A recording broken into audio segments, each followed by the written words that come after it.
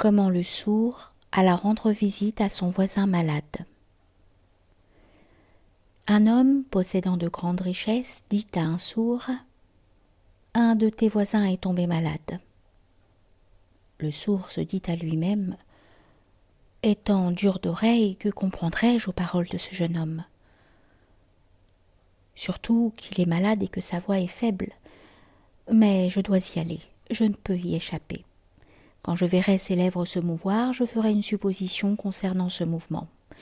Quand je dirai « Comment vas-tu, ô mon ami malade ?» il répondra « Je vais bien » ou « Je ne vais pas mal ». Je dirai « Dieu soit loué, quelle potion as-tu bu ?» Il répondra « Un sorbet ou un bouillon de haricots ». Alors je dirai « Puisses-tu recouvrer la santé ? Qui est le médecin qui te traite ?» Il répondra « Un tel ». C'est quelqu'un qui apporte la chance, remarquerai-je, puisqu'il est venu. Tout ira bien pour toi. J'ai fait l'expérience de la chance qu'il apporte. Où qu'il aille, l'objet désiré est atteint. Le brave homme imagina ses réponses et alla voir le malade. « Comment vas-tu » lui demanda-t-il. « Je suis au seuil de la mort, » dit-il. « Dieu merci » s'écria le sourd.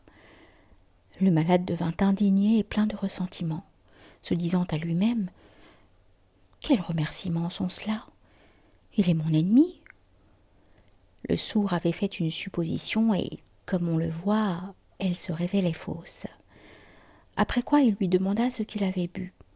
« Du poison » répondit-il. « Puisse cela vous faire du bien et vous rendre la santé » dit le sourd. La fureur du malade augmenta. Puis il demanda « Lequel des médecins vient-il vous soigner ?» Il répondit « Azraïl, l'ange de la mort. »« Viens. »« Va-t'en. » « Son arrivée, dit le sourd, est bénie.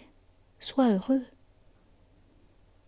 Le sourd dit gaiement « Dieu soit loué, à présent je vais prendre congé. » Le malade se dit « Celui-ci est mon ennemi mortel. Je ne savais pas qu'il était un homme aussi pervers. » L'esprit du malade cherchait 100 termes insultants pour lui adresser un message rempli d'injures de toutes sortes. De même que lorsqu'on a mangé un aliment indigeste, cela retourne l'estomac jusqu'à ce qu'on vomisse. La suppression de la colère est ainsi. Ne la vomis pas, afin que tu puisses obtenir de douces paroles en récompense. Étant donné qu'il n'avait pas de patience, il était tourmenté. « Où est ce vaurien ?» s'écria-t-il, « cet infâme éhonté, que je déverse sur lui les mêmes choses qu'il a dites, car alors le lion de ma pensée était endormi. » Puisque visiter les malades est destiné à leur apporter la tranquillité, ce n'est pas là une visite à un malade, c'est la satisfaction du souhait d'un ennemi, pour voir son ennemi affaibli et que son méchant cœur soit en paix. Bien des gens font des œuvres de dévotion et désirent être approuvés et récompensés à cause d'elles. En vérité, c'est un péché caché. Si on le croit pur, en réalité on se trompe. Comme dans le cas du sourd qui s'imaginait témoigner de la bienveillance, mais cela eut des résultats opposés. Il s'assied tout content, disant « J'ai présenté mes respects, j'ai accompli ce que je devais à l'égard de mon voisin. » Mais il a seulement attisé du feu contre lui-même dans le cœur du malade, et il s'est brûlé. Prends donc garde au feu que tu as allumé. En vérité, ton péché s'est accru. Le prophète dit à notre arabe du désert « Fais la prière rituelle, car en vérité, tu n'as pas bien prié, mon ami. » Comme moyen de prévenir ces risques, guide-nous dans le verset se trouve dans chaque prière rituelle, c'est-à-dire « Ô Dieu, ne mélange pas ma prière avec celle de ceux qui sont égarés et des hypocrites. »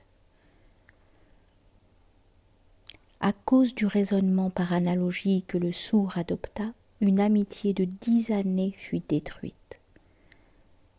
En particulier, ô mon ami, évite l'analogie tirée des sens charnels concernant la révélation, qui est, elle, sans limite.